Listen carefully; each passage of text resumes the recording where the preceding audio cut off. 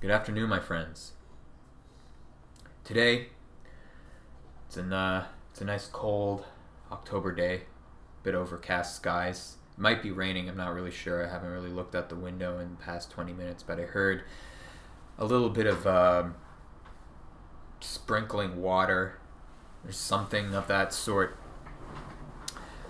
Today, I'm going to be talking a little bit about East versus West, which is a concept that's been plaguing people's interests, I'd say, the past 20, 30 years, probably since the 80s, since this whole New Age movement began, since China became a global powerhouse after it sort of abandoned somewhat of its communist ideals.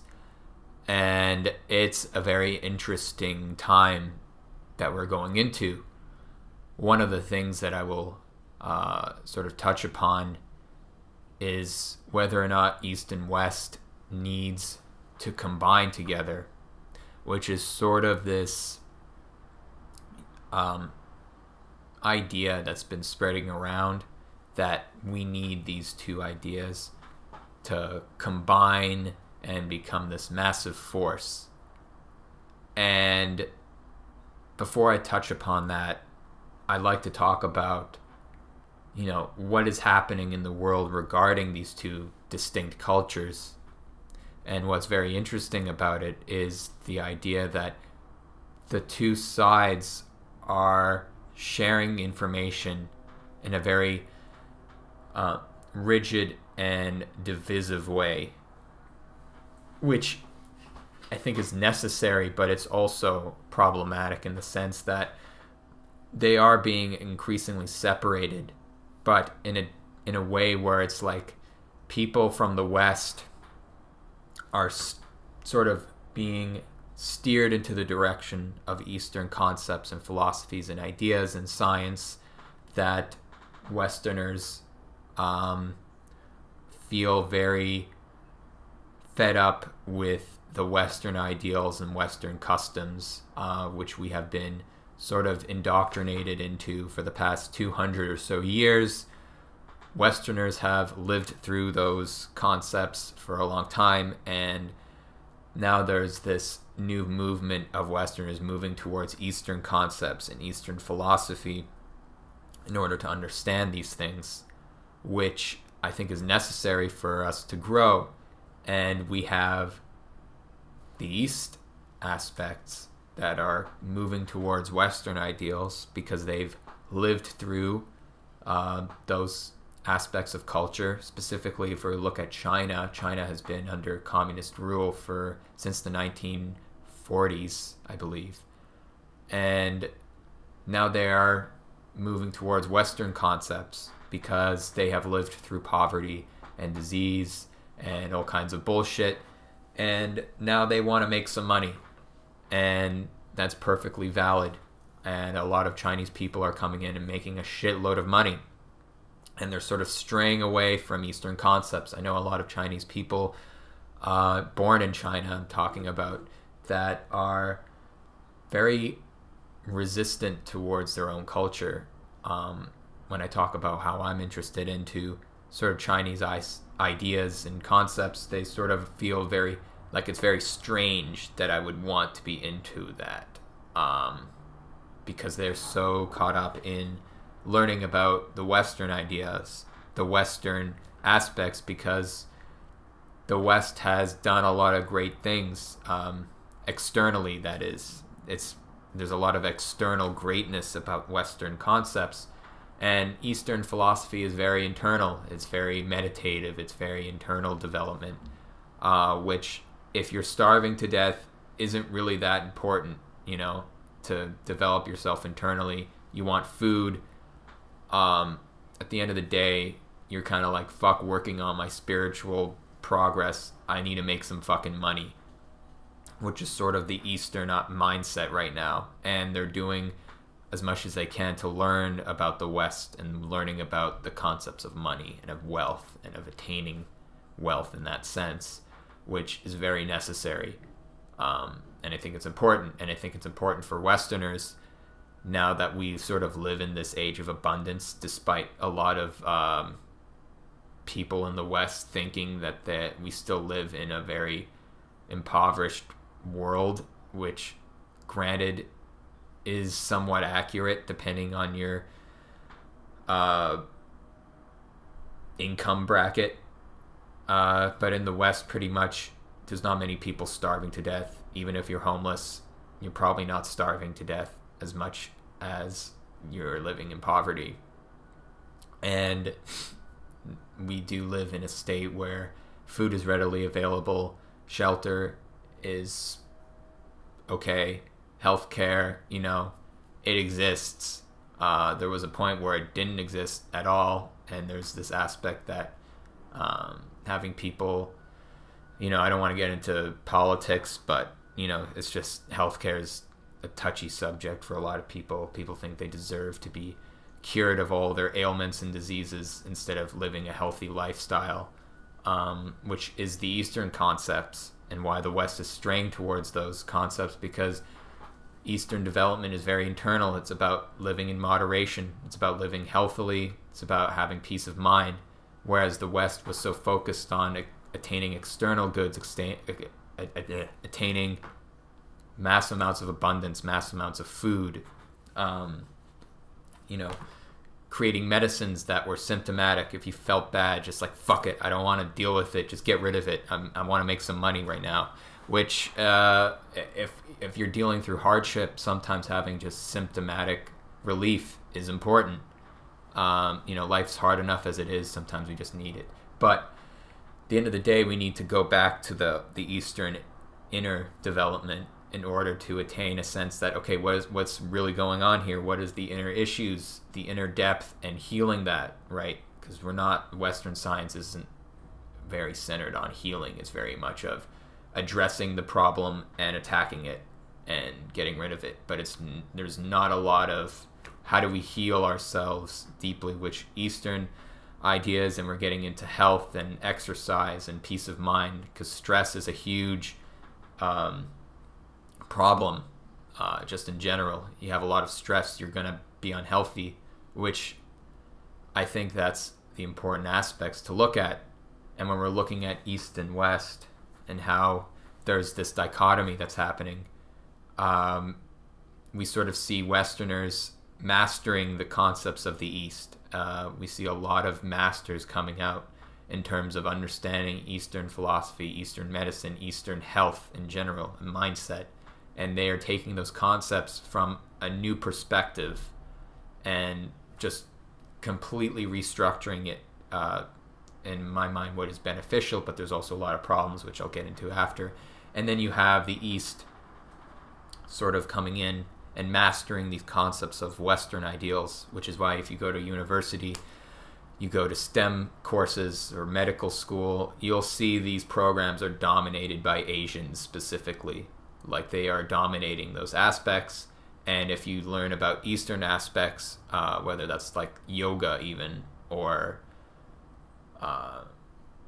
physical trainers even, which isn't really Eastern, but it's part of that. People who are masters of health and well-being, spiritual masters, spiritual gurus, coaches, most of the time they are Westerners, which most of the time means they're white, but living in the Western world is very diversified and all kinds of things. So you might see Asians, but they're most likely going to be Asians that were born in the West, so to speak, that are coming at it from a fresh perspective, regardless of ethnicity. This is mostly a cultural thing, not an ethnic aspect, although ethnicity does play a part, especially since China and Asia in general is very homogenous. If you go to China, you're not going to meet many Chinese-born people of any other ethnicity other than Asian, right? So that's what's happening. We're seeing these two things combining. And I think for the Westerners mastering Eastern concepts, it's most notable through things like MMA, mixed martial arts. We see most of the proficient masters of that, form of fighting are all Westerners, taking concepts from the East, taking concepts from jiu-jitsu, which became morphed into this more efficient format known as Brazilian jiu-jitsu, which, you know, South America is the West technically. And then we have Muay Thai. Muay Thai is another Eastern fighting style which originated from boxing, and then it evolved in the East, and then it came eventually back to the West. So there's a lot of sharing going on in that aspect of sharing of different cultures, and then masters of those styles that are coming from completely different backgrounds than what they're known for, which is a completely different era in terms of what's been happening usually, where we are sort of segregated based off of nationality and learning our nationalistic concepts in that sense. So to tie all this together, now there's this aspect that's been going around fairly recently of combining Western concepts and Eastern concepts. And I do think that's necessary. The problem that arises with that is that a lot of the times people are impatient with the process, because these are huge, huge cultural backgrounds that we are borrowing from. You know, Western concepts of philosophy and medicine have been developed for thousands of years, and it's the same thing with the Eastern traditions. And just combining them for the sake of combining them is a very difficult thing to do, because they're coming at these certain concepts from such completely different perspectives and ideas. And I do think that it is necessary, but it needs to happen in a rigorous process. It needs to happen in a sense that, you know, there's no bullshit going on. And a lot of what's happening now is we have people trying to combine the East and West in a very easy, digestible way, which makes it devalues it extremely, in my opinion. It devalues it to the point where it's kind of like, it makes it seem like this afternoon course you can take once a week for a couple months, and then you'll understand everything about these two concepts, because now they're combined into this new, weird, new age kind of thing, which it is going to happen. They are going to combine. It's already sort of happening. There is this mixture sort of happening, but right now there's sort of a war going on, an ideological war of the East and West, which is more interesting to me than what's happening, especially in the United States, of this left and right crap, which is just, it's just a waste of time, honestly. If you care about any of those things, you're kind of just not really being productive at all. The aspects that are actually important is what's happening with the East and West, the two concepts of understanding medicine and science and inner development, and how are we going to combine those things in a beneficial way. It's sort of like, because I've been watching a lot of Dragon Ball Z lately, we have the fusion, right? The fusion dance that you have to do, and it has to be very specific and very perfect. Otherwise, if you do it improperly, you end up becoming this weird combination that just doesn't work. It's like worse, it's like 10 times worse than what it was before, which if you've ever seen it, the Majin Buu saga is when Goten and Trunks try to fusion a few times. They don't get it properly because they do something off a little bit, it doesn't work, and then they become like this like short little fat guy that like can't really do anything, and then the second time it becomes like emaciated, like skinny, and like completely devoid of any energy, and it takes them a while to perfect it. And I think that's allegorical for this East and West concept, that if we are to fuse these two concepts together, they need to be done properly, they need to be done carefully, and they need to be done with a lot of rigorous study of both concepts before we can actually utilize it in a proper way. What is problematic is when Eastern philosophy and Eastern concepts need to be validated through a Westerner's perspective, which is the main problem that I have with this this current scope of understanding things, is that I have a lot of problems with this aspect that, oh, you can't prove the validity of Eastern science without a Westerner's mindset. We have to fit it into this box, this rigid box, and the same thing can happen of understanding Western concepts through an Eastern lens, but that doesn't really happen as much because Eastern philosophy isn't really dominant in the mainstream right now. It's very much the Westerners' concepts being at the top and sort of dominating everything because it's very externally based. It's very external in terms of you see it, the results are indicated in the physical world, whereas Eastern concepts are very much more subconscious,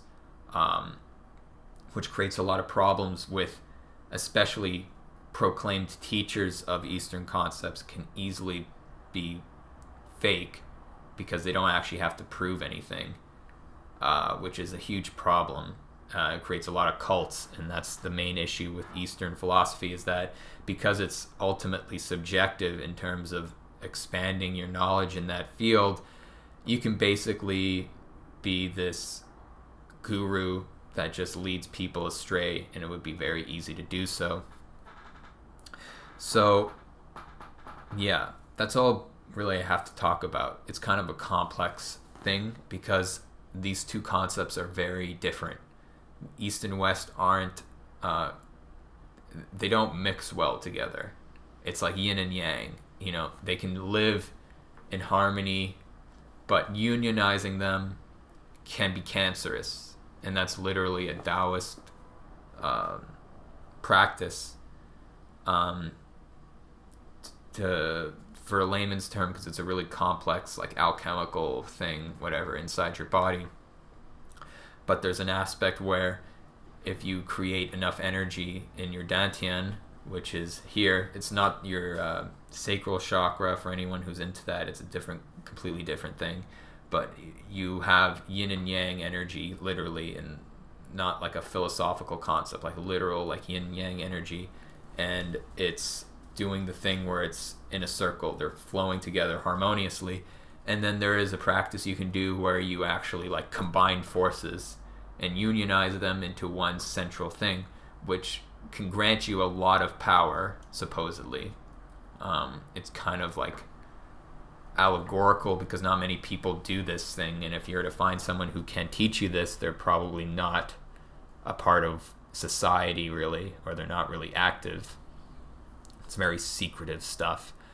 But if you do it improperly, which is why the people who do practice this don't just give this information out to people, is because you can actually kill yourself. You can develop horrific tumors, and because it's not done properly. And that's the same thing with East and West. If we don't combine them properly, it can become toxic. A toxic ideology, a toxic mindset, and as well as a very ineffective one. So, which is why generally if you're wanting to expand your mind at this point, it's best to just understand East and West separately and not try to combine them too early, and let it happen through time from someone who actually is a master of both, which is going to be kind of hard to find. But yeah, that's all I really have to say. The necessity of combining East and West, in my opinion, is not necessary, but if it does happen and it's done properly, it will be like incredible. But it just hasn't happened yet, and it probably won't happen for a while. So for people who feel the urgency to combine them, or feel the need that it needs to happen now, are probably the people that are going to fuck up and make a cult or make a fucked up religion. And that, we all know what happens, just people die or something, that's always the end result. Look at Charles Manson, perfect example of East and West combining, and then eventually it just becomes, oh, we have to kill these people. So yeah, that's about it. Hope you have a wonderful day, and I'll see you next time.